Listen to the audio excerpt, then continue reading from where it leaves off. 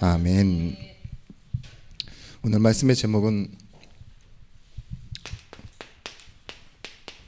서운함을 버리고입니다.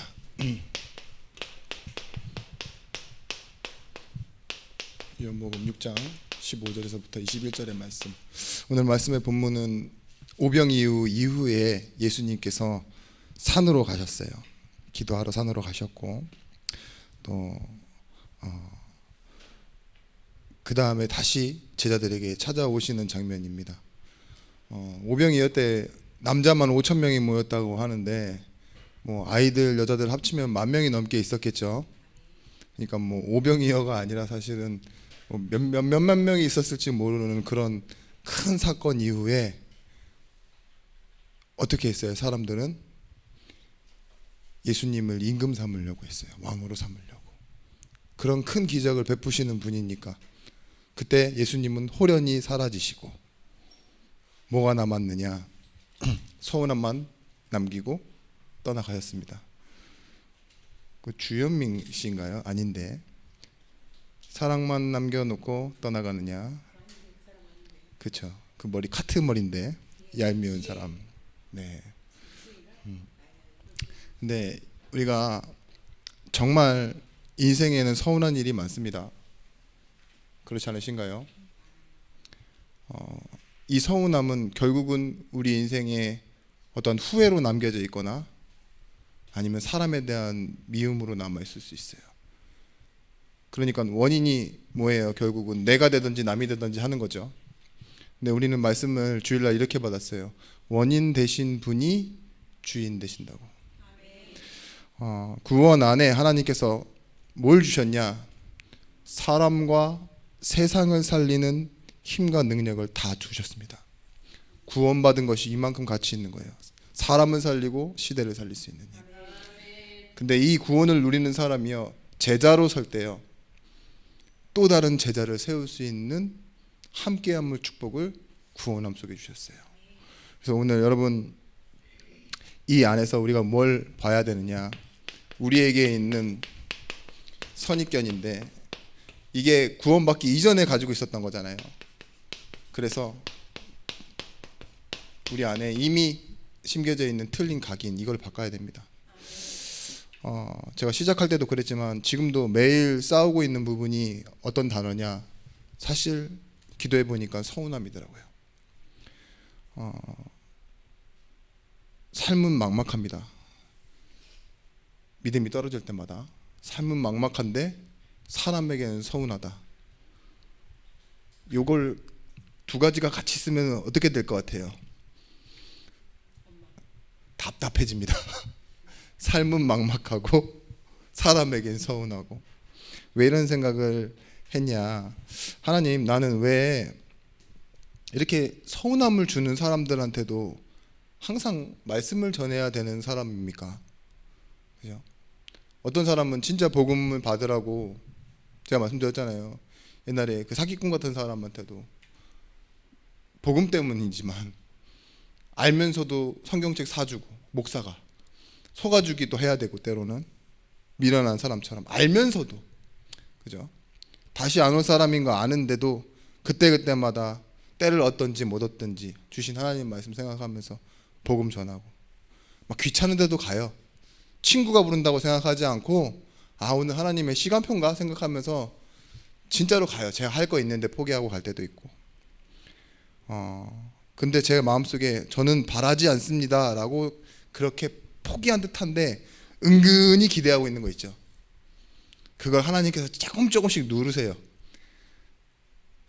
생각으로는 이미 안 바랍니다 라고 생각하는데 은근히 바라고 있는데, 이게 생각해보니까 서운함이더라고요.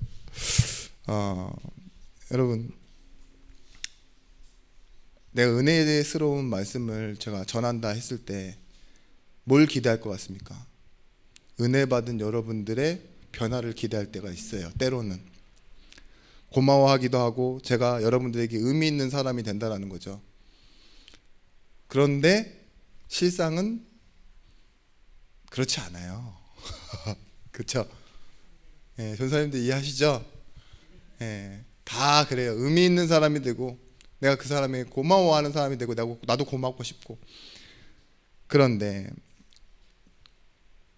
뭐 우울한 사람처럼 얘기 안 해요. 근데 제가 제 주변을 보니까요, 든든한 사람 없고 내가 배우고 따라갈 사람도 없어요. 그게 굉장히 외로워요. 물론 좋은 사람들은 많죠. 그런데 그 사람이 나랑 친하지는 않고 친하다고 말할 수 있는 그런 위치가 아니에요, 제가.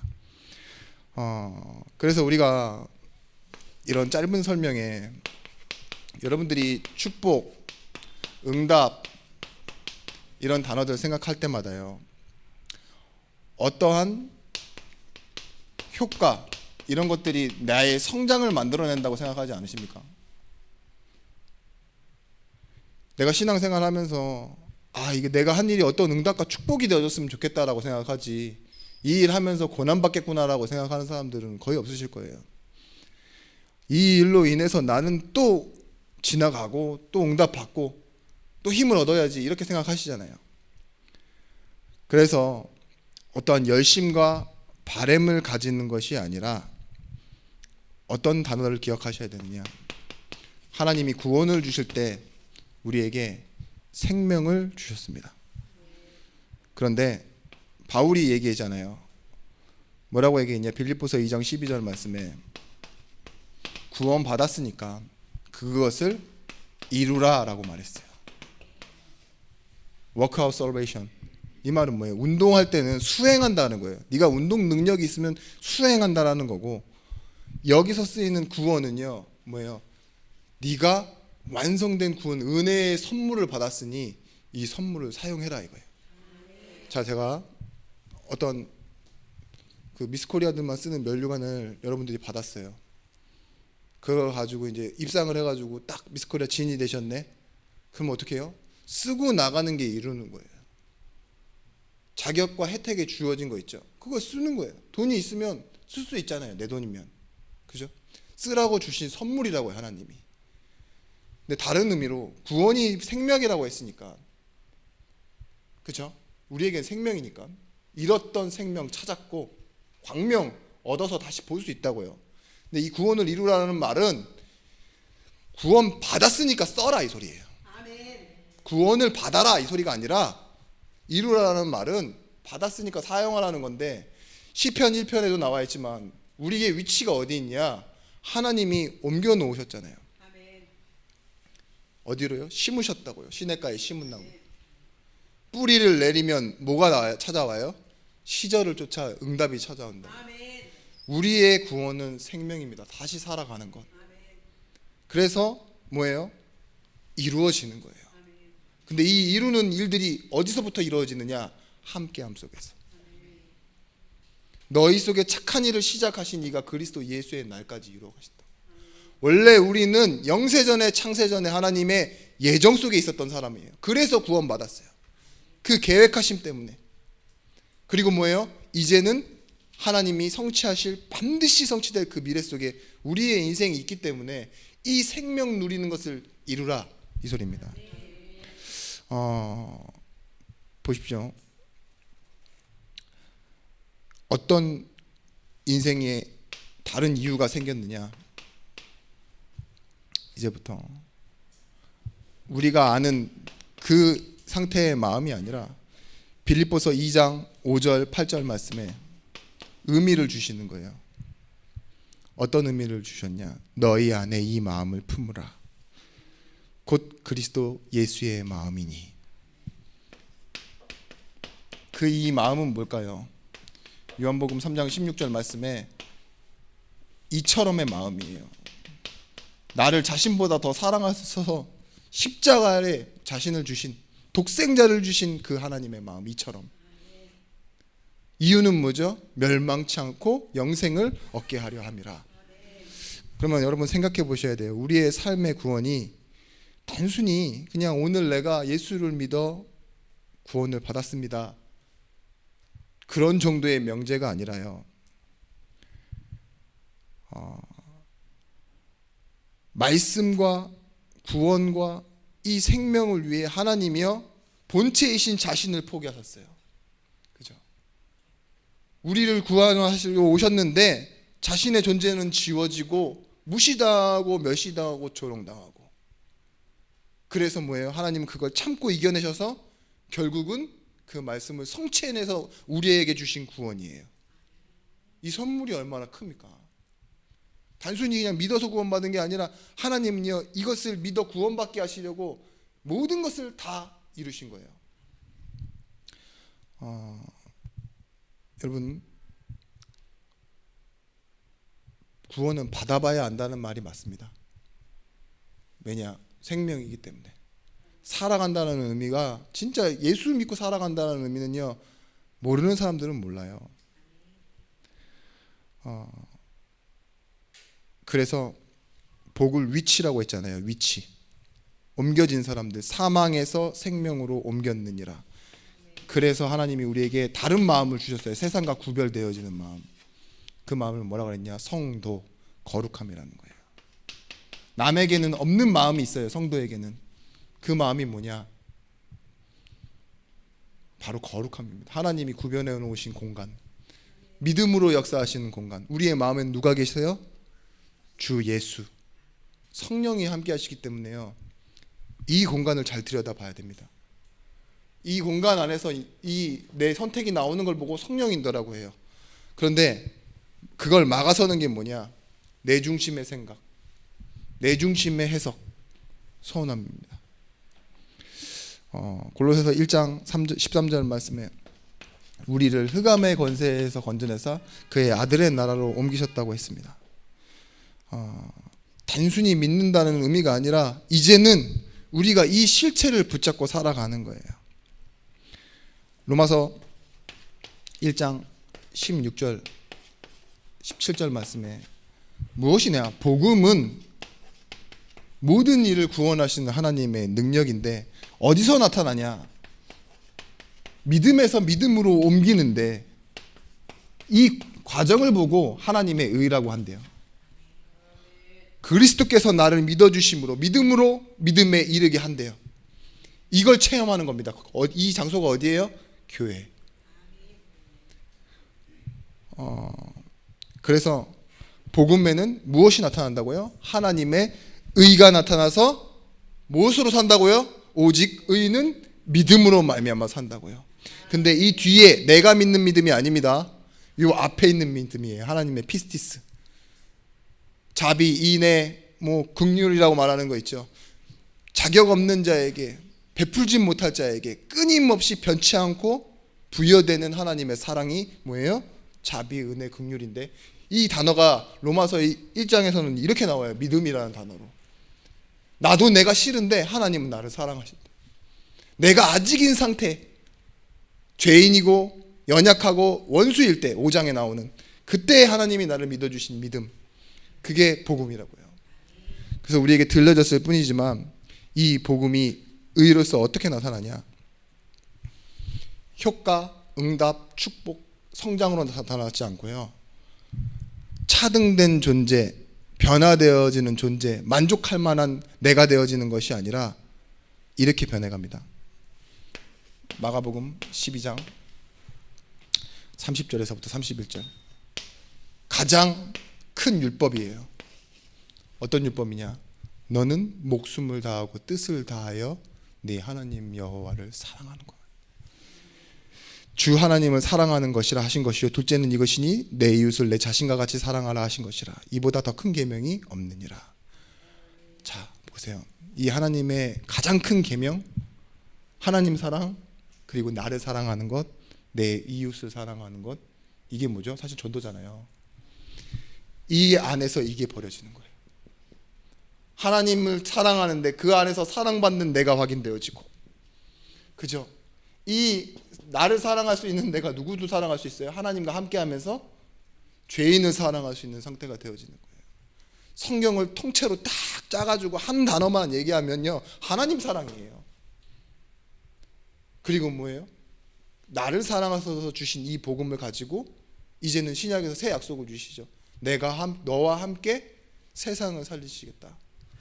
그래서 우리는 생각해 보셔야 됩니다. 하려고 한다 해서 되어지는 게 별로 없을 거예요. 그런데 구원받고 나서는요, 할 수 있는 것이 생깁니다. 그것이 뭐냐? 이전 상태를 바꾸는 거예요. 보세요. 이미 버려진 시간이 있다니까요. 상처받은 시간 다 있어요. 그렇죠?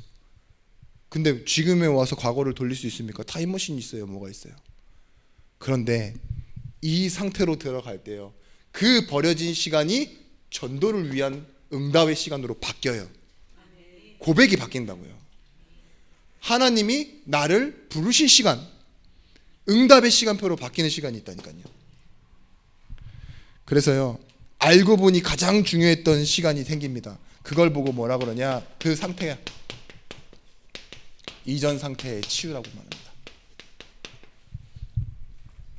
나도 모르던 내가 치유되어지는 응답이 이제부터 찾아와요.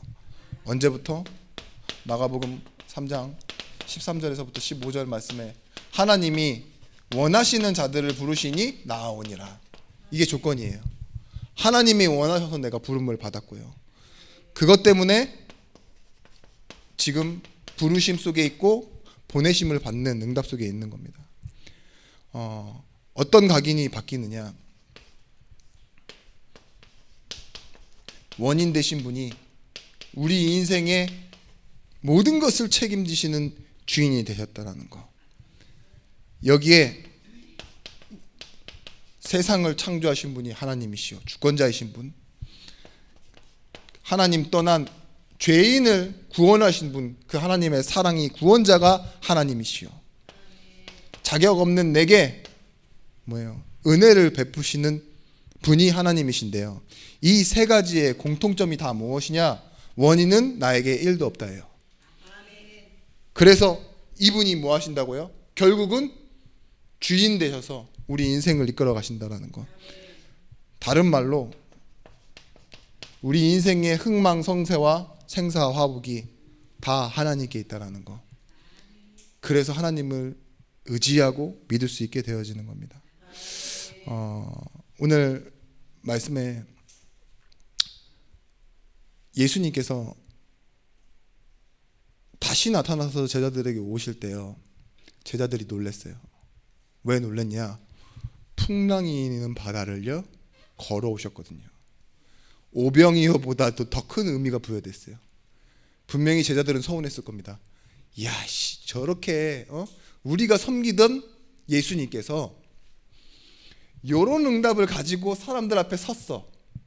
그죠? 10,000명을 넘게 먹였다니까요, 지금.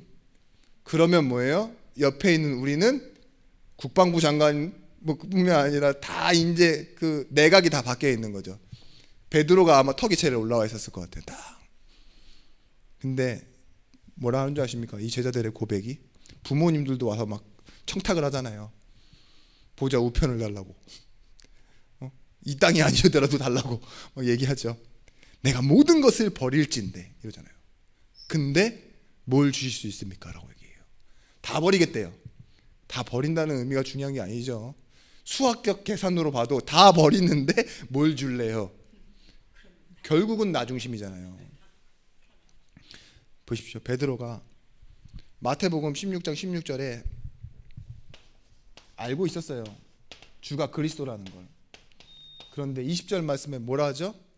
주가 그리스도인 것을 누구에게도 말하지 말래요. 왜 그랬느냐?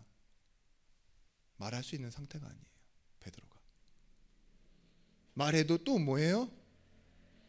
자기 뜻대로 말할 거거든요. 주를 그리스도라고 고백하는 베드로도 베드로가 맞고요, 예수님이 죽으러 갈 때 진심으로 고백했습니다. 함께 죽겠다고, 제자들이. 그죠? 그것도 제자들이 맞아요.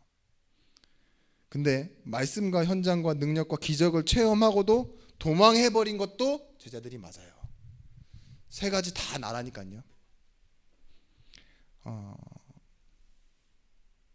우리가 뭘 바꿔야 되느냐? 안 바뀌지만 하나님의 은혜 속으로 들어가면요, 이 이전의 상태가요 나와 상관없는 시간이 되어지는 거예요. 정확하게 말하면요, 나를 살리는 시간이 되어지는 거예요. 베드로가 한번 예수님을 부인했던 시간이 그대로 끝나버렸으면 운명이 되는 겁니다. 근데 예수님이 다시 찾아와 주시잖아요. 다시 바꾸지 못할 시간이에요. 제가 여러분들에게 말씀 전할 때 가끔 웃기죠. 웃기려고 일부러 노력하는데 안 웃길 때도 있고, 그건 여러분들의 집중도가 떨어지니까 제가 이렇게 물론 부족한 표현으로 할 때도 많지만, 한편으로는 제 마음에 소망하고 기대하는 건 뭐냐, 여러분들이 돌아가서요 가슴을 치며 자신을 생각해 봤으면 좋겠어요. 어떠한 책임이나 부담이나 질투나 의심 없이 정말 평안을 누리다가 여러분들이 생각하면서 사람을 만날 때는 소망과 확신을 주는 그런 예배 이후의 응답이 있으셨으면 좋겠다는 게 제 기도 제목입니다. 바울이 그렇게 고백합니다. 그 이전의 시간이 나와 관계없음을 고백하는 응답의 시간. 이제 내게 어떠한 원인이 없다 이 얘기예요. 아까 말씀드렸던 이거죠. 내가 그리스도와 함께 십자가에 못 박혔나니 그런즉 이제는 내가 산 것이 아니다. 살아도 산 게 아니다 이 말이잖아요. 그런데 뭘 붙잡았느냐?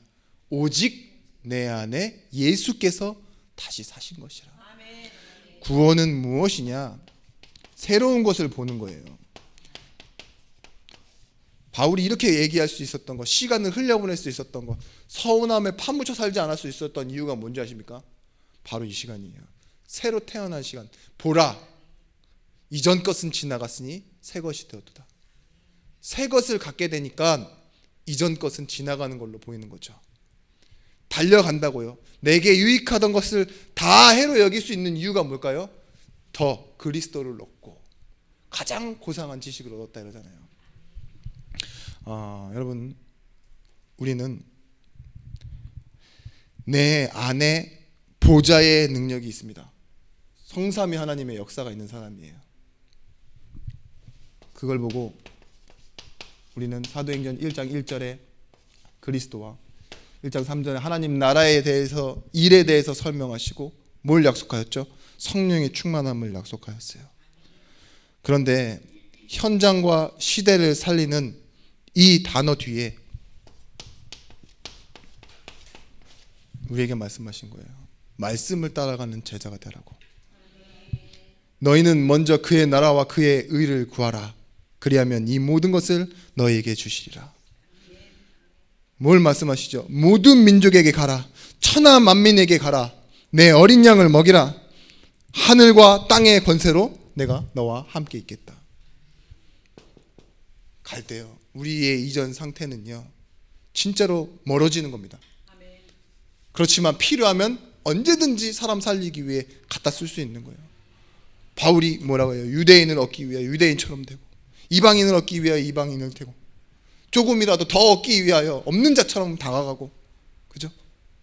그렇게 율법 없는 자, 있는 자이나 없는 자처럼 사는 것은 뭐예요? 복음을 위해서다. 자, 내가 고기를 먹을 수 있으나 뭐라 그러죠? 형제를 위해서라면 영원히 먹지도 않을 수 있다. 얼마나 대단한 자존심입니까? 그게 뭐예요? 사실은요, 자기 자존심이 아니라요, 말씀을 따라가는 제자예요. 여기서 확인된 거예요. 이웃 사랑, 나를 사랑, 하나님 사랑. 그래서 우리는요, 이 말씀을 듣는다라는 의미를 착각하시면 안 됩니다. 귀로만 듣는 게 아니라요, 이제는 보는 것이면서 눈이에요. 눈이 항상 일정해야 돼요. 시선이, 시력이 막 근시난시 왔다 갔다 하면 어떡하죠? 세상이 어지러우실 겁니다. 아마 안경 없으면 못 보시는 분도 있는데, 근데 현장도 항상 똑같은데, 사단의 일도 항상 똑같고, 영적인 일은 항상 똑같아요. 하나님이 소원하시는 것도 항상 같은데, 우리 성도의 눈은 상황 따라 다르고 기분 따라 다르고, 보는 대로 막 하고 거기다 보태서 막 하죠. 저도 그래요. 그런데 이 함께라는 단어가 여기서 가장 많이 적용돼야 되는 부분입니다. 공간만 함께 있는 게 아니에요. 공간만 함께 있는 그런 쇼윈도 부부 있죠.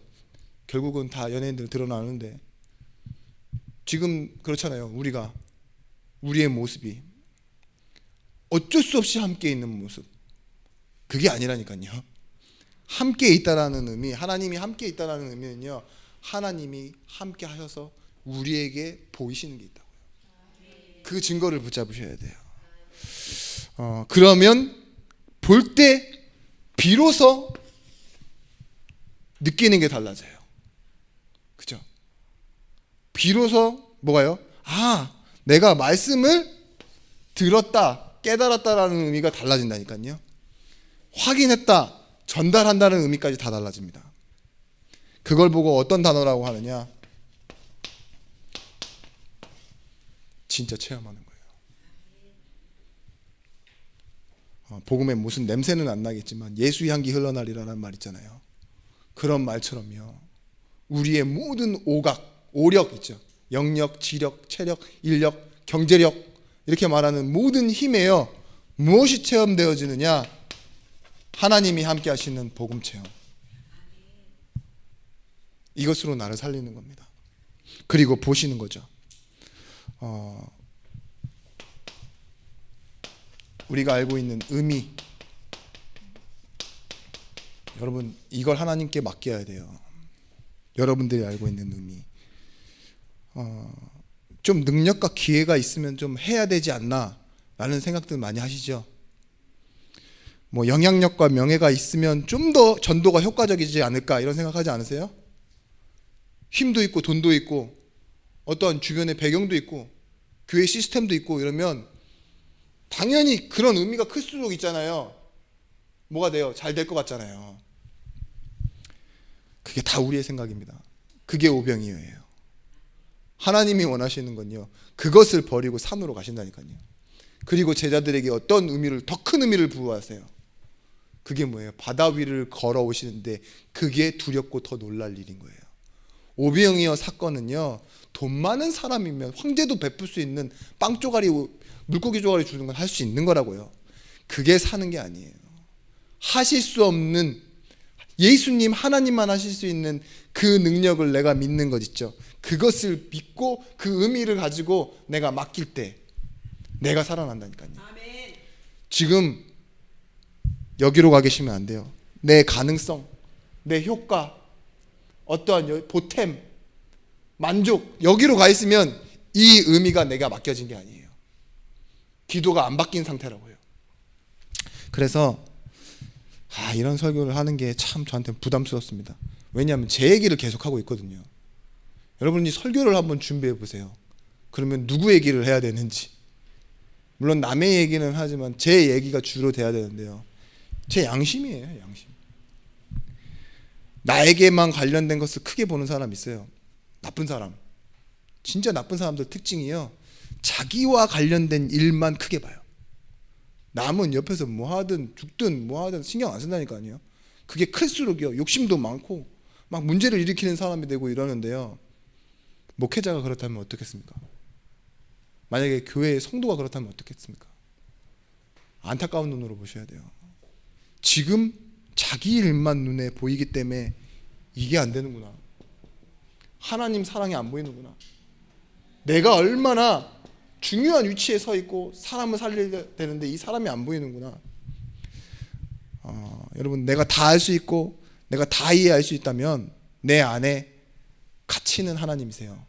그래서 여러분 뭘 하셔야 되느냐, 하나님에 대한 말씀, 그 말씀을 여러분들이 찾아내셔야 됩니다. 이사야 55장 8절 9절 말씀에 이사야가 이렇게 고백해요. 많은 응답을 이미 받아놓고서도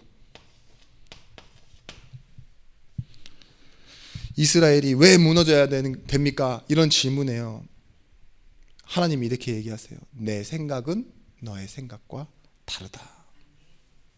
예레미야 29장 11절 말씀에 너희의 생각을 내가 아나니. 여러분, 의미를 맡기셔야 된다니까요. 우리 가정은 왜 이렇습니까? 내 경제 형편과 내 자녀는 왜 이렇습니까? 이거를 평균으로 내시고 주변 사람 생각하시고 누구 탓해서 생각하시면 안 돼요. 너의 생각은, 너의 주인된 내 생각은 너의 생각과 다르다. 맡기셔야 돼요. 왜 예준교회가 이렇습니까? 하나님의 생각이 그렇대요. 그래서 사람의 선택, 내 선택에 맡기지 않고 하나님의 응답에 맡기는 걸 보고 뭐라 그러냐? 기도. 이 기도를 시작하시기 바랍니다. 하나님은 어떤 분이시냐? 인생이 아니시기에 거짓이 없으시고 후회가 없으신 분이라고. 그죠? 그런 하나님이 지금 하나님의 이유와 하나님의 계획과 하나님의 생각으로 나에게 일하고 계십니다. 그래서요,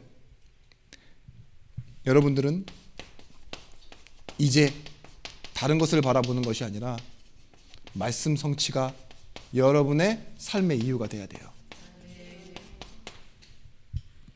여러분이 받는 가장 큰 응답은 말씀의 성취입니다.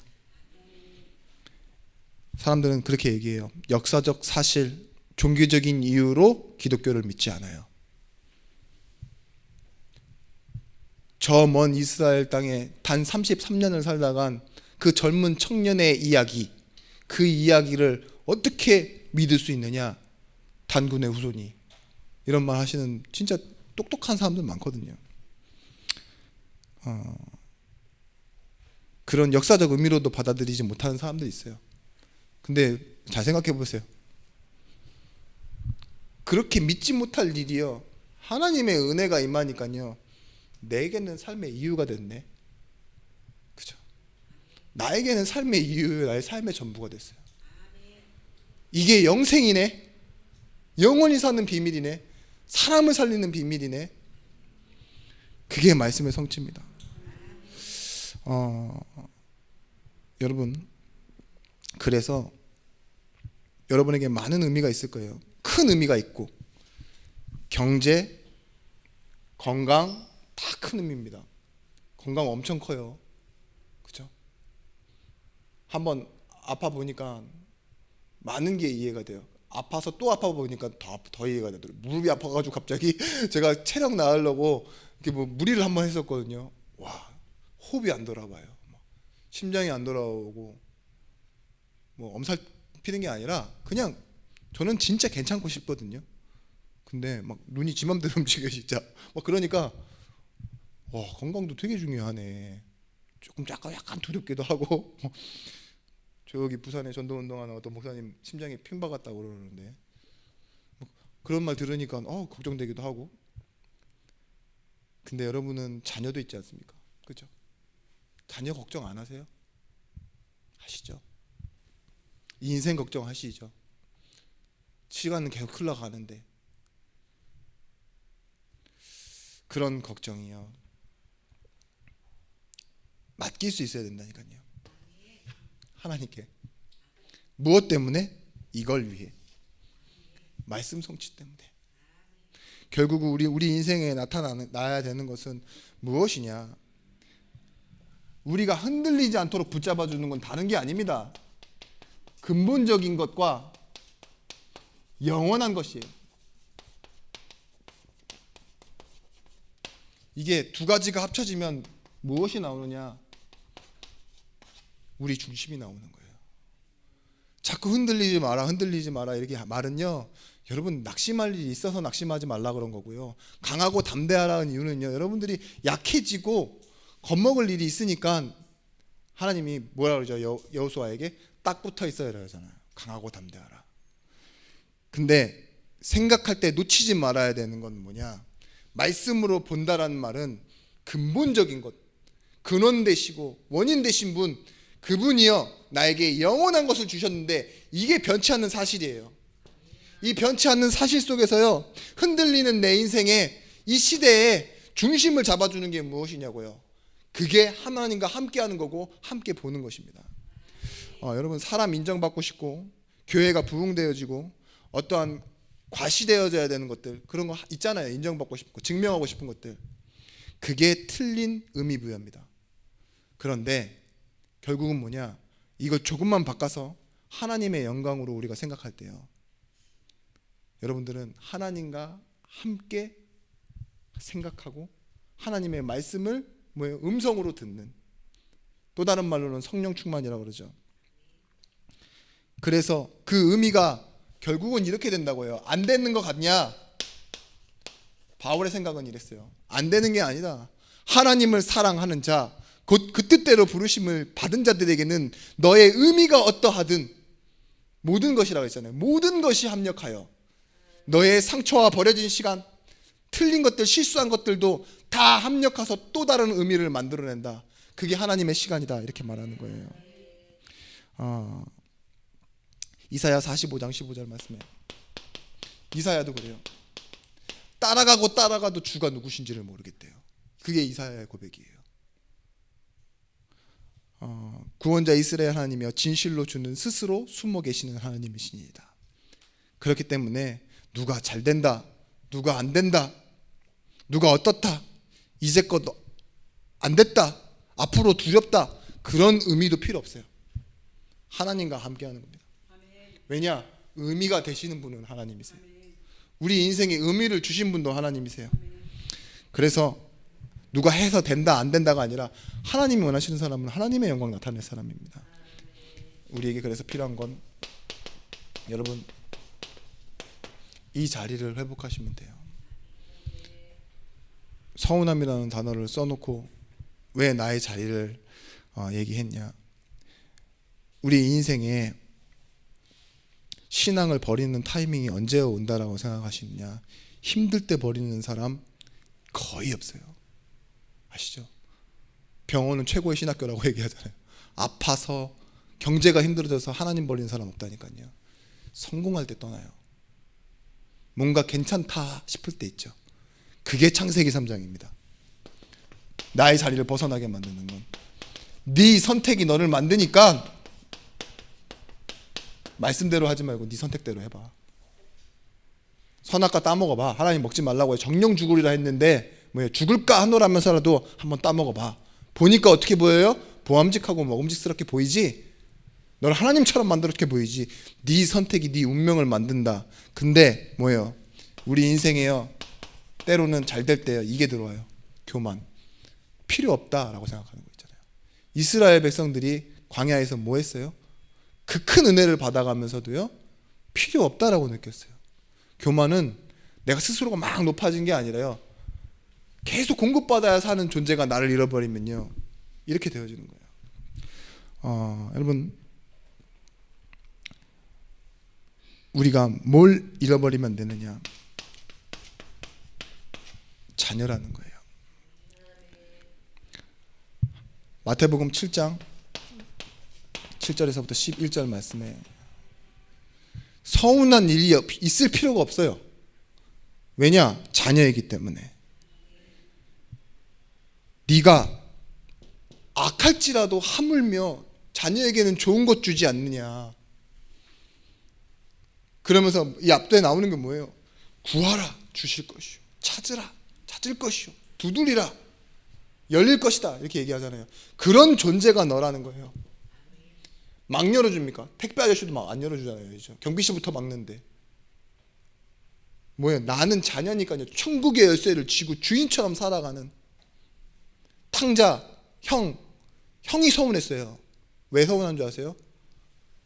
자기 개념, 자기 의미가 있었거든요. 나는 염소 한 마리 안 잡아주더니만 이미 재산 반을 털어먹고 온 아들놈 저놈에게는 왜 이렇게 많이 주는 거야? 그게 의미 부여가 어디로 돼 있는 줄 아세요? 내 미래랑 부여돼 있는 거예요. 내게 날아가는 것처럼 보이는 거예요. 아버지 건데, 그죠? 저거 미래에 내가 받아야 되는 건데 이미 손해를 끼쳐놓고서 또 돌아와서 또 뜯어먹네, 저 나쁜 놈. 그죠? 기쁨으로 받아들일 수 있는 아버지와 큰아들의 마음이 그렇게 다릅니다. 근데 돌아온 탕자의 마음은 어때요? 의미 부여가 다르죠. 나를 또 사랑해 주시는 아버지로.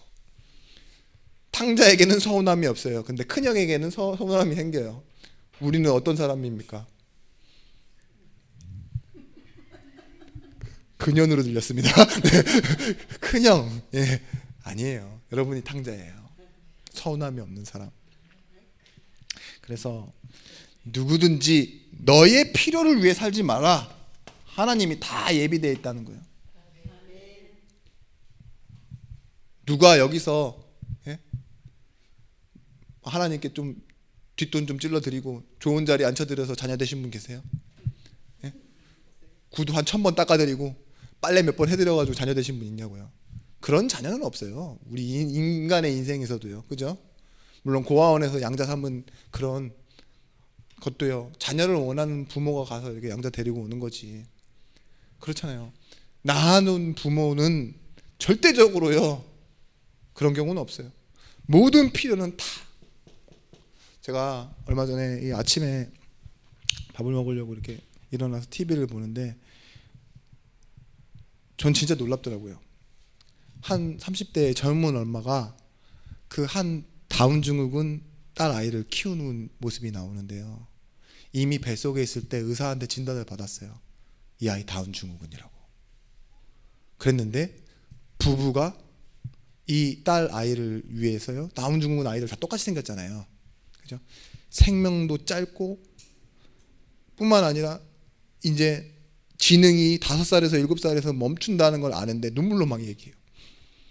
이 아이를 내게 주셨는데 직장도 버리고 시골로 내려간 거예요. 이 아이를 위해서. 그리고 그 아이와 함께 놀고 이제 오빠가 있는데 아이의 오빠죠. 그 아이를 홈스쿨링하면서 학교 교육 대신 그렇게 키워가는 장면들을 인간극장에서 보여주는데요. 야, 그렇지. 다 알아요. 이 아이가 가능성이 있어요. 인서울에 들어올 대학에 갈 확률이 있을까요? 대중교통을 이용하고 엄마를 위해서 맛있는 음식을 대접하고 내 말에 아주 지혜롭게 대답하고, 그죠? 그럴 일이 없는 아이인데도 불구하고 다 알았어요. 다 예상이 돼요. 근데 뭐예요? 그 아이를 위해 직장, 시간, 자기 인생 이걸 다 바꾸는 거예요. 하나님이 어떤 하나님이십니까? 그 엄마보다 못할까요? 자신보다 나를 더 사랑하신다고. 바울이 고백하잖아요. 나를 사랑하사 나를 위하여 자기 생명을 주신. 근데 뭘 더 구하냐 이거예요. 이 모든 것은 다 너에게 주실 거라고. 거기에서 우리의 서운함이 다 없어지는 거예요. 내가 자녀이기 때문에 응답 없는 거에 서운하지 않아요.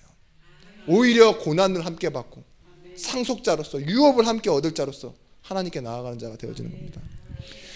여러분, 그래서 우리는요, 로마서 8장 14절에서부터 17절 말씀, 자녀이면 상속자요 또 양자의 영을 받았으므로 우리가 하나님을 아빠 아버지라 부르짖는다 그랬어요. 무엇이라 했냐? 성령이 우리 안에 보증이 되사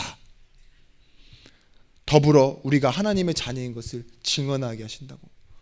우리는요, 이 속에 있으면 뭐예요? 전도도 되어지는 거예요. 그래서 우리 찬양할 때 그러죠. 이 어떤 나를 찾았고 뭐예요? 광명을 얻었다고요. 어떤 내가 찾아지냐? 오늘의 나를 누리는 이때의 서운함이 사라집니다. 인생의 또 다른 의미가 발견되어집니다. 빌립보서 1장 21절 말씀에 이는 사는 것이 그리스도니 내가 죽는 것도 유익하니라. 그러나 무엇이든지 내가 유익하던 것을 내가 그리스도를 위하여 다 해로 여길 뿐더러 3장 7절 말씀에도 나오죠. 왜 이럴 수 있느냐? 바울처럼 그렇게 서운함이 많을 수 있었던 이유가 뭐냐고 저는 생각하느냐? 그만큼 많은 접근이 있었고 그만큼 많은 시도가 있었기 때문에 그래요. 수많은 교회를 돌아, 그죠? 수많은 생명을 살렸기 때문에 뭐예요? 그 반감으로 찾아오는 것, 그 대응과 반응으로 찾아온 게 뭐예요? 자신을 서운하게 하는 일들이었을 거예요, 아마. 그죠? 근데 우리가 서운한 건 뭐예요? 내가 가진 의미 속에서만 서운하죠. 여러분, 하나님의 마음을 여러분 아십니까? 저는 잘 모르겠습니다. 그런데 여러분들은 이제 이렇게 하시면 돼요. 싸움 아닌 싸움, 보이지 않는 싸움인데 흔들리지 않는 싸움 하시면 돼요. 이번에 북한이 그 로켓 쌓아 올렸는데 정찰 위성 2분 만에 터지는 걸 어디서 찍었냐? 일본 NHK 방송에서 찍어서 올리는 거를 우리 한국 방송이 그대로 보도해서 인용하더라고요. 전 무슨 생각했느냐? 러시아에서 기술 이전받고 저렇게 수많은 노력을 통해서 오랫동안 함께 이렇게 진행을 했잖아요. 미사일도 만들고 핵도 만들고. 그래도 안 되는 건 안 되는 이유가 뭔지 아십니까? 부품 하나의 이상일 수도 있어요. 근데 그만큼 중요한 게 배경이에요. 우리나라가 이렇게까지 올라올 수 있었던 건 뭐가 있었냐? 배경이 있어요. 배경이 뚝딱뚝딱 만들어내잖아요. 지금 한국 기술력을 뭐라 그러냐, 작정하고 만들면은 핵미사일 만드는 거 있죠. 빠르게 만들면 2달이면 만든대요. 왜냐면 플루토늄이 너무 많아. 원자력 발전소에 구하는 거 어렵지 않고 기술력도 어렵지 않고 제재만 있을 뿐. 그게 배경이에요. 그러니까 우리는 이미 원자로를 많이 다루던 나라이기 때문에 그렇기도 하고, 그게 배경이라니까. 근데 우리는 어떤 배경을 가진 사람들이에요? 하나님 나라의 배경을 가진 사람. 자, 그래서요, 우리가 오해와 착각을 버리면 됩니다. 어떤 오해와 착각을 버리느냐? 믿음이 본질되어지도록. 응답은 늦게 오는 게 아닙니다. 정확하게 오는 겁니다. 내가 응답을 받는다라는 거, 그게 잘 되는 게 응답이 아닙니다. 하나님의 계획이 이루어지는 거예요. 그래서요, 우리가 기도할 때 무엇이 되어지느냐? 눈이 열려지는 거예요. 하나님을 바라보는 자세입니다. 시편 119편 17절 말씀에 다윗이 하나님께 억울합니다. 나는 왜 이렇습니까? 이렇게 얘기하지 않죠. 고난당한 것이 내게 유익이라. 이로 말미암아 내가 주의 율례를 배우게 되었나이다. 자, 누가복음 15장 8절에서부터 10절 말씀에 한 여인이요, 드라크마를 잃어버렸는데, 한 드라크마를 잃어버렸는데 뭐하죠? 그걸 찾았다고요? 동네 사람들 불러놓고 잔치했대요. 한 드라크마가 얼마냐? 하루 일당 정도 돼요. 5, 6만 원. 근데 그거 잊어버렸다고 슬퍼하다가 찾았다고 동네 사람들 다 불러놓고 잔치 벌이면 그게 무슨 손해입니까? 미친 짓이죠. 예수님이 그걸 모르고 적어놨을까요? 그리고 잃어버린 양에 대해서 비유해요. 99마리 버려진 양을 내두고 한 마리 양을 왜 찾으러 나갈까? 그게 하나님과 우리의 다른 생각이라고. 이와 같이 전도는, 생명을 살리는 일은 비율이 아니다. 다수가 아니다. 하나님의 마음은 다르다 이거예요. 이 신부가 이 10개짜리가 한 세트인 드라크마 있죠. 그거 다 합치면 얼마 안 되잖아요. 근데 그걸 잃어버렸다가 찾은 것은요, 내게 부여된 의미가 중요한 거지. 이런 게 아니라니까요. 우리가 생각하고 있는 일반적인 서운함이나 계산이 아니에요. 하나님의 마음은 뭐예요? 잃어버린 한 영혼 찾는 것. 성경에 뭐라고 하니까 천하보다 귀한 한 영혼. 이때 주의 사자들이 기뻐하고 천국엔 잔치가 열린다고. 여러분, 인생의 방향을 어디다 맞추시겠습니까? 그래서요, 인생은요, 무엇을 위해 살고 무엇을 위해 죽느냐, 주체가 아니라 주제입니다. 하나님을 경외하고 그의 말씀을 지키는 것이라고 전도서 12장 13절의 말씀에 나와 있습니다. 고린도전서 10장 31절 말씀에 먹든지 마시든지 주의 영광을 위하여 하라고.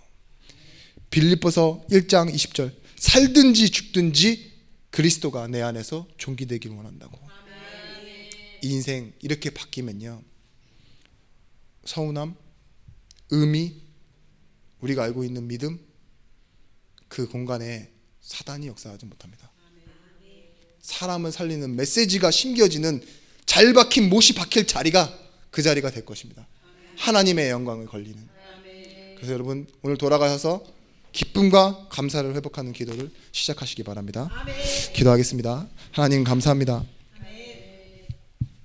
우리의 서운함과 연약함이 하나님 주시는 말씀에 믿음과 소망과 담대함으로 바뀌게 하시며, 그래서 내 욕심 때문에 보이지 않았던 현장의 영혼들과 찾지 못했던 기도 제목들을 찾아 하나님께 구하고, 필요가 아닌 하나님의 영광을 위해 살 수 있는 주제와 성도가 되어질 수 있도록 거룩한 마음과 거룩한 공간과 하나님 나라가 임하는 응답의 현장, 승리의 현장을 허락하여 주시옵소서.